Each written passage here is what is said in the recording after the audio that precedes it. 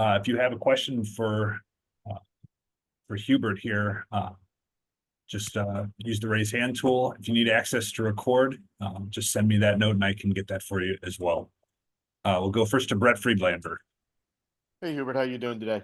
Good. How are you? I'm doing well, thanks. So during your 10-game winning streak, you held each of those 10 opponents to 70 points or less. The last 6 games, 4 of them have scored 80 or more. What's been the difference, and what do you need to do to kind of get back into that defensive mindset? Well, I mean, you're right in that 10-game stretch, from a defensive standpoint, I thought,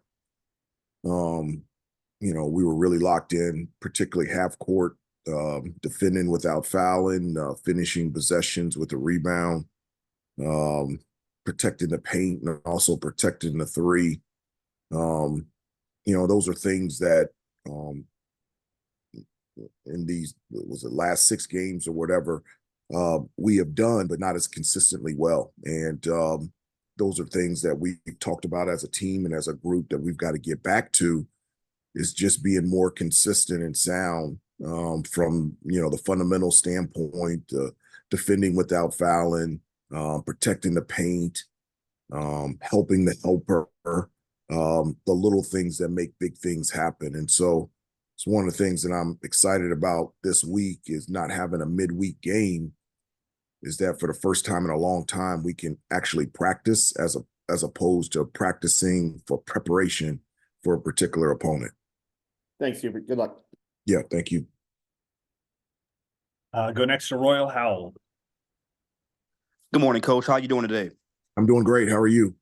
I'm doing well, Coach, you just mentioned a moment ago, being sound and being more consistent. As you prepare for Virginia this week, at Virginia, hostile environment, a team that is well known for their pack line defense and off of the pick and rolls, they like to hedge hard. What are ways that your backcourt, or you look to kind of translate your offense to, attack the paint with Elliot Kadu and RJ Davis? What are ways that you can attack that pack line defense to get a win at Virginia?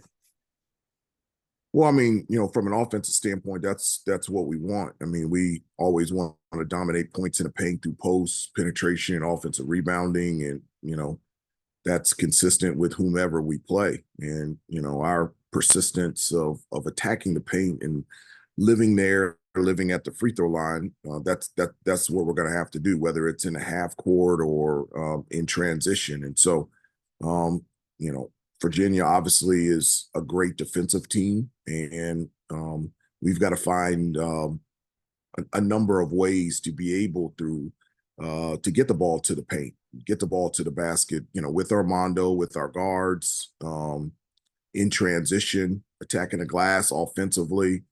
The free throw lines, which has been a huge key for us. It's, we get to the free throw line more than anybody in the ACC. And so that's a big part of our offense. And that's something that, we'll try to do successfully against a really good Virginia team. Thanks, Coach. Go next to Andrew Jones. Hey, Coach. Hope you're well today. Yeah. You too. So what are a couple of the top things maybe on the list of to-dos this week to work on, since you now have time to work on you and not worry about another opponent until the end of the week? What are a couple of those things? One-on-one defense, just winning our individual one-on-one matchup. You don't get into rotations if you can guard the ball. And, one of the things that I've always said is the ball is the problem. If you take care of the ball, whether it's in one-on-one, transition, ball screen action, Chicago, DHO, if you take care of the ball, everything else will take care of itself. And then also when, those drives come, whether it's a slot drive or baseline drive, just going over the rotations in terms of where the help is coming from and where the help, helping the helper. And I feel like at times that is broken down a little bit. And just to reinforce our rotations, first of all, not getting into rotations, but if we do, what it looks like on the backside and just being more sound defensively. Some of the guys have mentioned in the last couple of weeks that you've added a few things as you've gone along, actions that you guys have run. In fact, Armando said you ran a few more for him the other day. that were implemented. Is this also an opportunity to maybe add a few things as well, not just Yep. refine some stuff, but also add some stuff? Are you talking offensively or both ends? Well, both ends, but certainly offensively, because that's more specific what some of the guys have been saying lately. Because Armando said the other day, you specifically added some things for him Yeah. for the game this past weekend. Yeah, we have, and I mean, and even adding stuff on the defensive end as well. I think there's,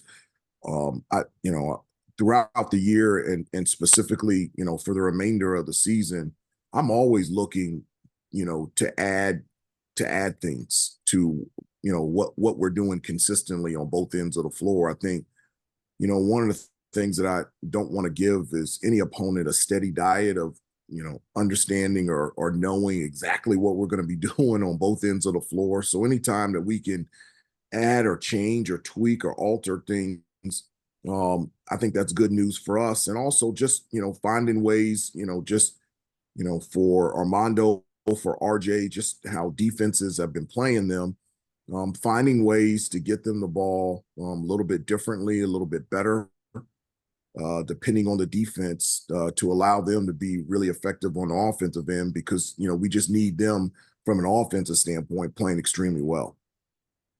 Thanks, Coach. I appreciate it. Yeah. Michael Coe, go ahead. Morning, Coach. I hope you're enjoying the bye week. Yeah. Do you have any Coach Lefty Drizel stories that you can share with us? I grew up right outside of Washington, D.C. area on the Virginia side. And, I just remember going to Coley Fieldhouse, watching Carolina play all the time, when, my uncle played at Carolina, and then every time that they played Maryland, I always went to see, Carolina play at Coley Fieldhouse. I will say this, I don't have, specific, because stories on Coach Drizel, but I will say, people ask, what are the toughest places that I've ever had to play? And the two places by far were Reynolds Coliseum, and number one was Coley Fieldhouse. I just, that crowd, that atmosphere is one of the best that I've ever experienced, and one of the most difficult places to play, as a visitor, visiting team. And, just the experience that I had there watching Carolina games and then being able to have the opportunity to play there was really cool. Thanks, Coach. We'll go to Chris Clark.